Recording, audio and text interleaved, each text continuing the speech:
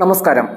ലോക്സഭയിലെ പ്രതിപക്ഷ നേതാവ് രാഹുൽ ഗാന്ധിയെ വിമർശിച്ച ഇംഗ്ലീഷ് പ്രൊഫസർ എയർലായി.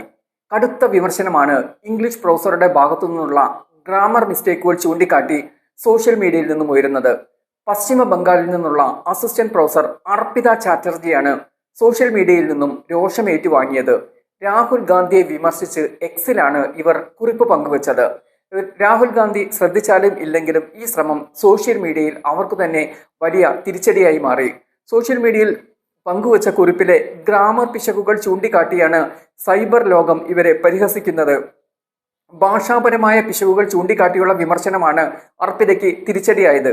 ഇംഗ്ലീഷിൽ ബിരുദാനന്തര ബിരുദമുണ്ടെന്ന് അവകാശപ്പെട്ടാണ് ഇവർ രാഹുലിനെതിരെ രംഗത്ത് വന്നത്. രാഹുൽ ഗാന്ധി മുൻപ് അന്ധഭക്തരെ കുറിച്ച് നടത്തിയ പരാമർശങ്ങളെ ചോദ്യം ചെയ്തുകൊണ്ടാണ് അർപ്പിത എക്സിൽ കുറിപ്പ് പങ്കുവച്ചത്.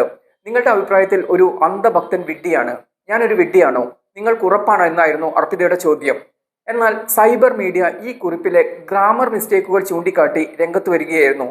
അർപ്പിതയുടെ കുറിപ്പിലെ തെറ്റായ വാചകഘടനയും ഗ്രാമർ പിശകുകളും സൈബർ മീഡിയ പെട്ടെന്ന് തന്നെ കണ്ടെത്തി അവ തിരുത്തി തുടങ്ങി. ഇംഗ്ലീഷിൽ ബിരുദാനന്തര ബിരുദമുള്ള ഒരാൾ ഇത്തരത്തിൽ തെറ്റുകൾ വരുത്തിയത് സൈബർ മീഡിയയിൽ വ്യത്യസ്ത പ്രതികരണങ്ങൾക്ക് ഇടയാക്കുകയും ചെയ്തു.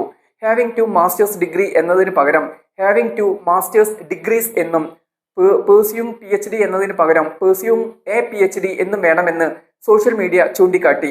എന്തായാലും ഡോക്ടർ അർപ്പിതയ്ക്ക് സാമാന്യത്തിലധികം വിമർശനമാണ് ഏറ്റുവാങ്ങേണ്ടി വന്നത്. ഇത്രയും കടുത്ത ഒരു തിരിച്ചടി അർപ്പിത പ്രതീക്ഷിച്ചില്ലെന്നും ഉറപ്പാണ്.